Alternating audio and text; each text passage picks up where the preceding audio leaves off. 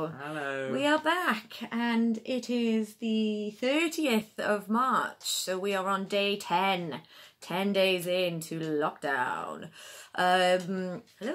Hello. So I don't know about you, but I sort of feel like we're starting to sort of fall into the swing of it now and just kind of it's starting to feel normal. I mean, well, not normal. It doesn't feel normal. But I don't know, just kind of... Lockdown, you mean, or vlogging? Vlogging isn't normal. It's incredibly vain. But, you know, I gotta have something to do. We gotta have something to do. But yeah, no, just kind of the... I don't know, maybe it's just today hasn't been a bad day and it just kind of feels like sort of falling into getting used to not planning things and going out and just kind of going, okay, what am I going to do that's in today? Also, it's been quite a nice day today, I think. Yes, I enjoyed today. We played a board game in the afternoon, which was good. Yeah, we played Villainous, which if you haven't played is really good. You play as various Disney villains. And yeah, I think and actually went on quite a long time. It was quite an epic game in the end. But I think sort of doing active things together. So like somebody was sort of talking about like it's a good idea to split your activities between passive and active activities, because if you're just watching TV or you know, that kind of thing, it's kind of passive, and after a while you start to sort of go a little bit stir crazy, feel like your sort of brain's turning into mush. But also if they're all active, it's a little bit too lively and you don't really get enough relaxation in. So trying to sort of mix it up between sort of active things. So board games are ideal. We tried yesterday to have a big group game of Cards Against Humanity, because we discovered that there was allegedly a website in which you could play it live with several different people. And it's a nice idea. It was a great idea, and sort of it looked really good to begin with. Like the whole deck was there, and you had the right number of cards, and you sort of had the right sort of layout. But it turns out the website itself was just very glitchy, and we couldn't get to it. So I had, well, at one point I think I had about 10 people all trying to make this work at the same time, some of which were on House Party so we could talk, some of which were just on Facebook Messenger, and the app itself, I kept telling people not to like deal the cards and they were still dealing and it was just nightmarish. So that wasn't fun, and actually that's one of the things that we've sort of noticed is I'm sure we'll get better at it, but we keep sort of having big ideas for things that we can do, so ways we can play certain games or do certain activities with friends who are not physically here, and repeatedly we're just getting scuppered by technology, and the technology is there, but I think it's just finding the logistics of sort of making these things work in a way that works for everybody. Because for example, yesterday after the Cards Against Humanity catastrophe, and actually after vlogging with you guys, oh no, possibly before vlogging with you guys, but we were having a sort of group chat with several friends, but Chris and I couldn't both be on our phones in the same room because we'd get feedback from each other's speakers. So either we had to share a camera and be in singularly, or Chris had to go upstairs. Well, it didn't have to be you to go upstairs, but essentially he did go upstairs. Banished to the back bedroom once again. Such is my lot. He took himself off like a good boy. I did not even have to ask. But yeah, so it was... and then I just got bored of the chat and started filming myself playing video games, like my own little personal yeah, you just came down and started playing on this, and me and my friends Harriet and Elle just ignoring him basically. I think they were really impressed. Oh sorry, yeah, we were really impressed. We barely died loads of times. We didn't notice. We weren't watching.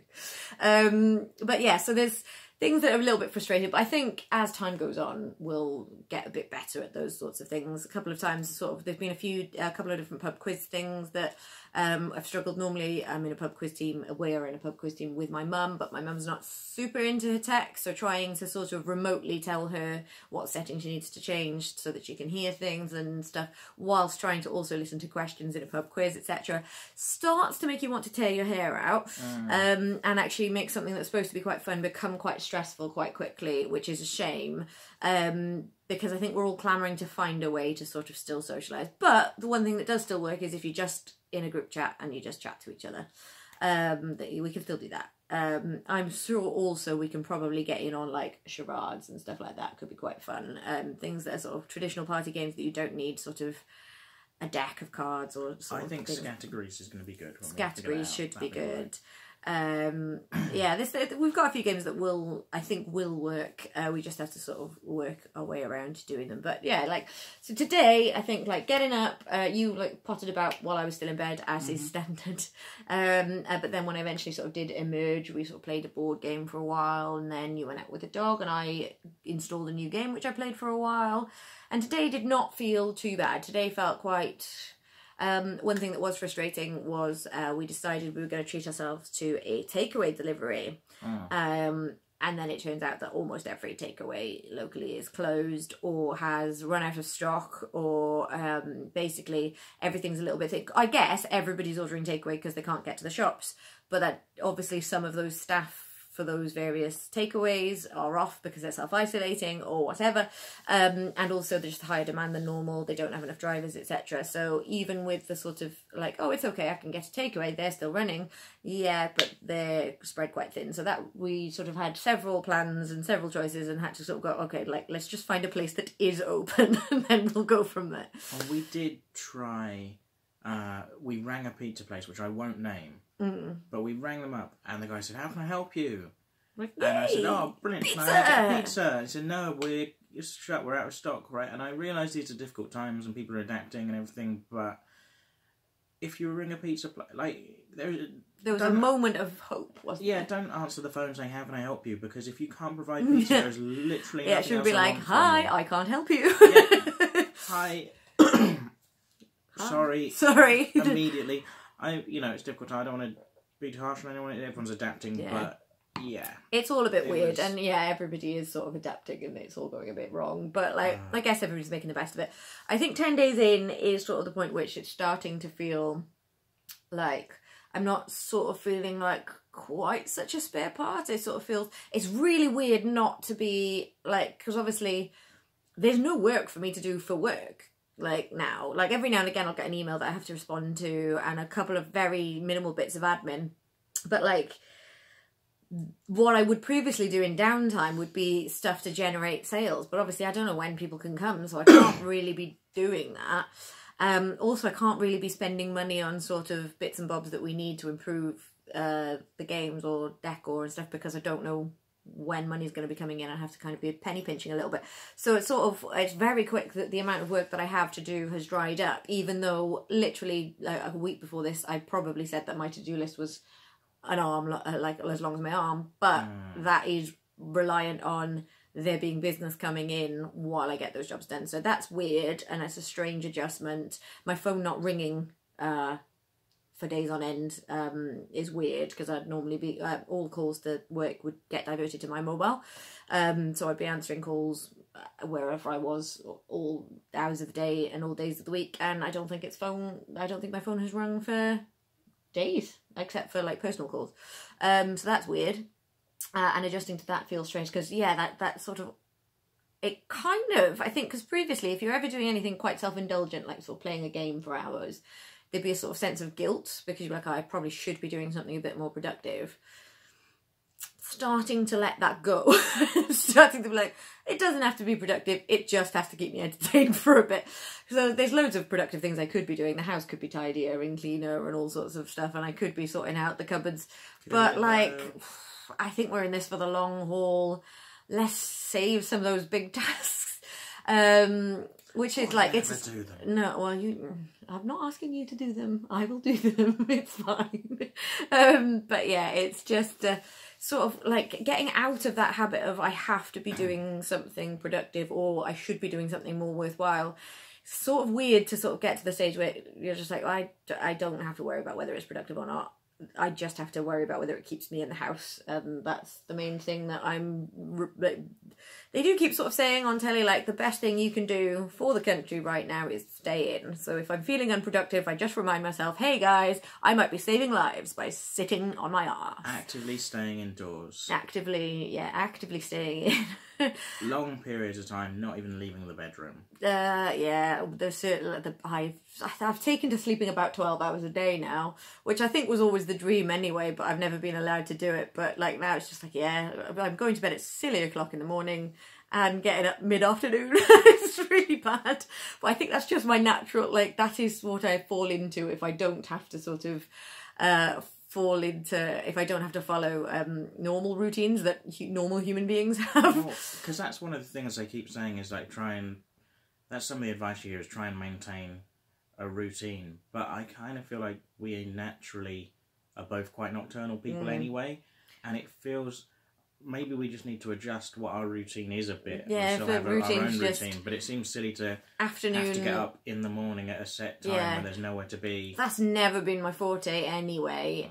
Pre-fibro, that wasn't my forte, but post-fibro, certainly not, because obviously with fibromyalgia, well, not obviously, you might not know, but fibromyalgia comes with a lot of pain and fatigue. So personally for me, I am at my absolute worst when I've just woken up, and gradually throughout the day, my energy levels sort of improve and my pain levels improve, my sort of stiffness and mobility improves as the day goes on. So I have learned to just sleep late until I feel rested enough to get up, and then, but once I'm sort of in the swing of doing stuff, might as well keep doing it. Which does tend to mean that your nights get later and later and later, and I think, yeah, you just sort of become, or I personally just sort of become quite nocturnal with it, and why fight it at the moment? It's not like I need to be anywhere at a certain time, so I'm just going to go with kind of thinking maybe this is going to give my body a nice long rest and reset, and yeah, there might be some habits that aren't great that I'm going to have to like break after all of this, but that isn't happening anytime soon. They said yesterday, I think I mentioned that like they're sort of thinking like it's not going to be sort of 6 months until things are sort of even vaguely adjusting, but that's not going to be 6 months of pure lockdown, but they're only going to review whether to change the lockdown procedures every 3 weeks. So we're certainly looking at 12, I think, at least of moderate, if not complete lockdown. So I'm not in any rush to sort of just instill those good habits now because they're going to be useless. I am going to try, though, not to just put on a huge amount of weight. Because, yeah, although like you've got to be careful about your food, it's like absolutely classic to just be like, oh, don't have anything to do. I wonder what's in the cupboard. I wonder what I can eat. And it's just, so trying to just constantly be like, you're not hungry, you're bored. You're not hungry, you're bored. I thought I'd eat less, because what tends to happen is if I go to work, I'll have a big breakfast to keep me going. Then I'll have a nice big lunch to keep me going. Then I'll come home and I'll have a nice dinner. Keep me going. Keep me going. And I give me the energy to sleep. And I like my food. But if I have a day off, I tend to not lie in, skip breakfast, and then just have lunch and dinner. But because we're kind of getting up quite late, and then I'll have what I think is my lunch, but it turns out to be a sort of inappropriate breakfast. And then at dinner time, we'll have what I thought was dinner, but it's kind of more of a lunch now. And then we'll have like a bit small, of a midnight snack sort of thing. Yeah, it's probably still dinner, but then we might hours later still be up and go, I kind of could do with a little nibble on something, a crumpet or something before bed. But not a crumpet though for me, is it? I'll have like another burger or something. I was trying to be generous. No, well, why lie? I did my 10,000 steps a day, though. That's good. Yeah, you slightly panicked me because you went out to walk the dog. And they do say you're only allowed to go out for exercise once a day, but they don't specify how long you can do that for. But I'd just installed my new game, which is like an open world sandbox game on the computer. So I've been learning how to play that and sort of got quite absorbed. And then I realised, I was like, where the hell is Chris? He's been gone with Lucy for ages. And so I messaged him, nothing. I was like, I'm going to have to ring him. And then it'd been about 2 hours. I was like, are you all right? And you were like, yeah, I've just been on the phone, just wandering around and around and around. Yeah, so I lost track of time just on the phone chatting. I had a really nice chat with my friend Steph. It was really good. Because normally I just listen to a podcast and then come How back. peoply was the woods today? It was nearly empty. I saw like one man. Oh, okay, well that's fine then. As long as you're not going round and round and round and seeing loads of people, because that's sort of where you're defining the point. But if there's hardly anyone there. That's why I think that's another reason I stayed out longer, is I wasn't, because it's what should be a nice walk in the woods seems like it's something out of dystopian fiction, when every time you see another human being you have to kind of back off and go the other way and try and avoid each other. It's really weird. So, but that didn't really happen today, so it was nice. It was just a nice quiet walk in the woods. Nice. Chatting to my friend. But we've been talking about how late we've been staying up and everything. We've got we're quite into watching movies after midnight. Yeah, putting them on after midnight, like some sort of decadent and if you're nonsense. thinking of kind of late night I think movies, we put something on, like, what time? I think it was about 1:15 that we put on the film last night. Yeah. It was ridiculous. And I didn't even clock that, like, that maybe is a bit late to put on. And we, like, yeah, it was fine. And if you are thinking of kind of late night movies, you know, you might be thinking of something a bit violent, a bit schlocky, a bit campy, a bit sexy, maybe any of those. And you're not wrong. That is the sort of thing we've been watching. we've watched the last couple of nights. All of those things were last night, really. Well, the last couple of nights we've watched Escape Room. And then last night we watched the Rocky Horror Picture Show. Yeah, he hadn't seen it. So we have this thing that we do where we sort of take it in turns, where rather than one of us just choose a film that the other one doesn't necessarily want to watch, one of us will choose 3 films and then the other person picks one of those 3. So you've got sort of a 1 in 3 chance at least of something being something that you fancy. Nobody's ever vetoed all 3. But yeah, so last night we ended up, I was surprised to discover that you'd never seen it. So I was like, well, that's happening then. So I strategically offered that up to you with 2 others that I didn't think you'd choose. You were right, I didn't. Yep. But yeah, so we watched Rocky Horror. The night before, we watched Escape Room on Netflix, because there's 2 films now, called to be Escape clear, Room. this is the 2017 Escape Room, not to be confused with the 2019 Escape Room, or, in fact, as it turns out, the other 2017 Escape Room, which is also available to watch on Amazon Prime. So it was the Netflix 2017 Escape Room. If you have Netflix, there's a film on there called Escape Room. It's not the one that was most recently in cinemas, or the one that is on Amazon Prime Video, also called Escape Room. Yeah, the one that I was feel in like cinemas, they got that was a bit of a bad move on some of their parts there, but I'm not sure who's come out of it worse. Well, I've not seen the one on Amazon Prime. We'll have to watch that next then. Yeah, the one that was in the cinemas last year was actually quite good. It wasn't a masterpiece of cinema by any means, but it was a good, fun kind of horror film with some good performances and stuff. Pretty decent cast. And then... Yeah, the one we watched was fairly dreadful. Really and by fairly dreadful, I mean really dreadful. And the thing, like... Well, there was so much wrong with it. Like, it was just bad. But it wasn't even, like, enjoyably bad that you can sort of go, oh, God, like, this is sort of tongue-in-cheek bad. It was just bad. The acting was bad. The writing was bad.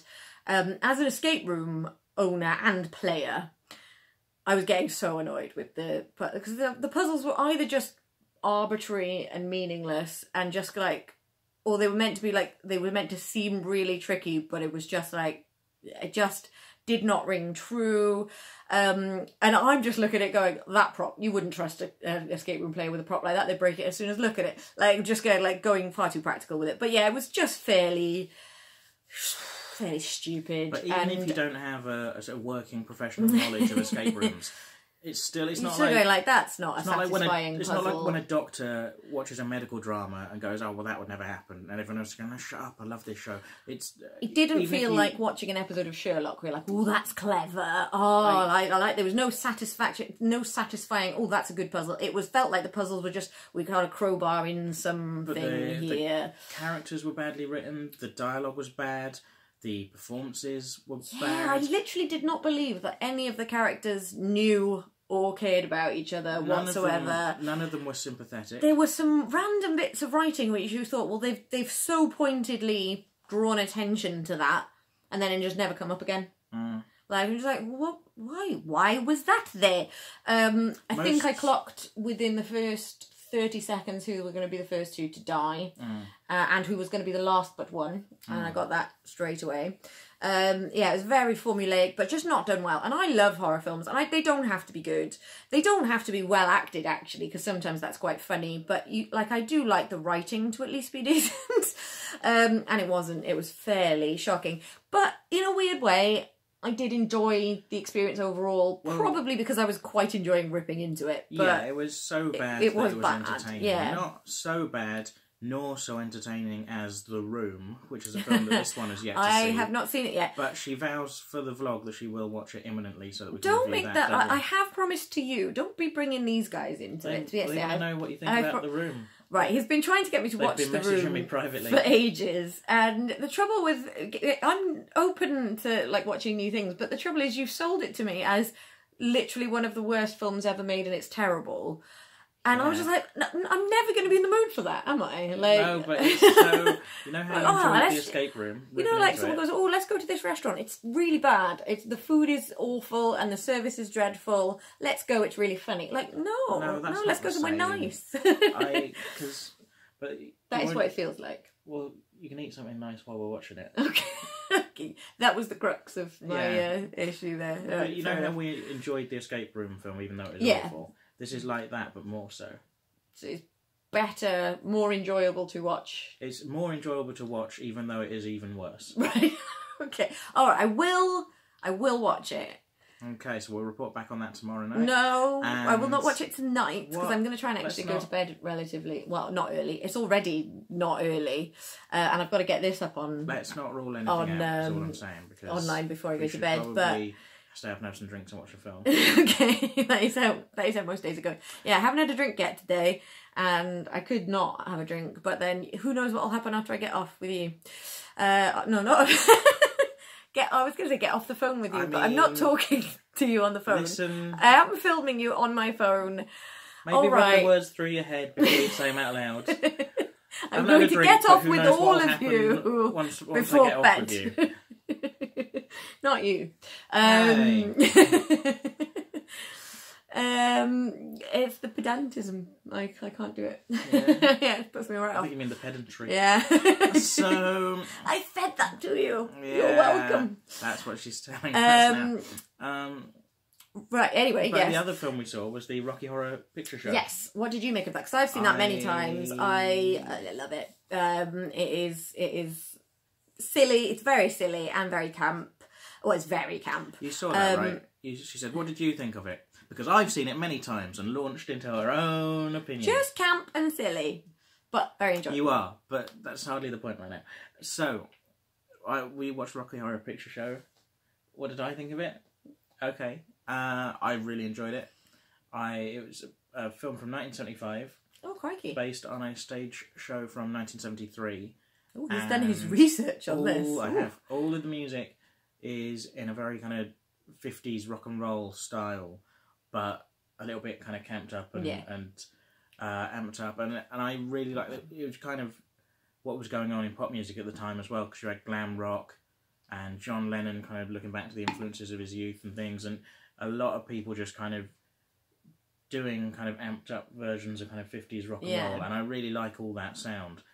People like Slade and Wizard and all those guys. The Christmas band. David Bowie. Slade and Wizard of the Christmas band. The Christmas band, yes. I love all Christmas music, and the Rocky Horror Picture Show is a great Christmas music film. It's not. Do buy the soundtrack for your next Christmas party. But I loved all the music. I loved the performances. It was very funny. The plot is insubstantial, but that is hardly the point. The plot is bonkers. Like, if you try and actually summarise the plot, it just wouldn't. On paper, it would not. You'd be like, what? So, right, what's going on? And it all is a bit insane. Most people probably who are ever likely to see it have gone out of their way to see it already. But if you haven't, I really do highly recommend it. Basically, but yeah, don't pay too much attention to, like, sort of a carefully constructed plot, because the plot is sort of a device to sort of carry through some very, very exciting set pieces, I think. The plot is basically two very kind of straight-laced American youngsters who are engaged to be married break down outside a castle. Yeah, well, it's an absolute classic. Starts as a proper B. Yeah, like a horror. Like, yeah, proper. You imagine like Christopher Lee, and sort of Igor characters, and it feels like that to begin with, then that's not exactly what it is, but it's. But what? Yeah. So basically, the plot skip ahead 3 minutes if you've not seen it and you don't want any spoilers. But it's been out since 1975. You've had your chances, guys. I've seen it now. Keep up. And so the plot, basically, they break down this very straight-laced American couple outside this creepy castle. They go in, everyone inside is very camp, and there's transvestites and dancing and music and big muscular men in tiny silver pants and... They were gold. I didn't realise quite how much of attention you were paying to the tiny pence. But hard to ignore. So very hard to ignore. And then it turns, they were spangly. And they get kind of seduced into this lifestyle with the transvestites and all the queer people in the thing, and then it turns out that one of them is killing people and eating them and feeding them to his guests.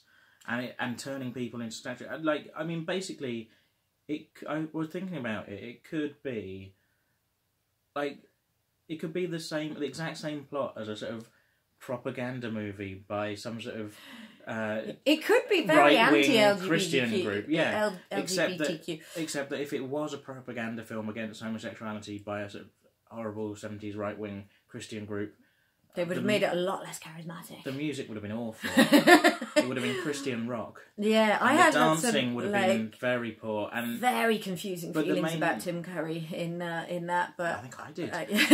The main thing is it's very like the performances and the humour of it and the heightening thing is very tongue in cheek and enjoyable, and it knows really what it's doing and it's doing it well. There's one or two scenes that now maybe ring a little uncomfortable, and that's more a little dated.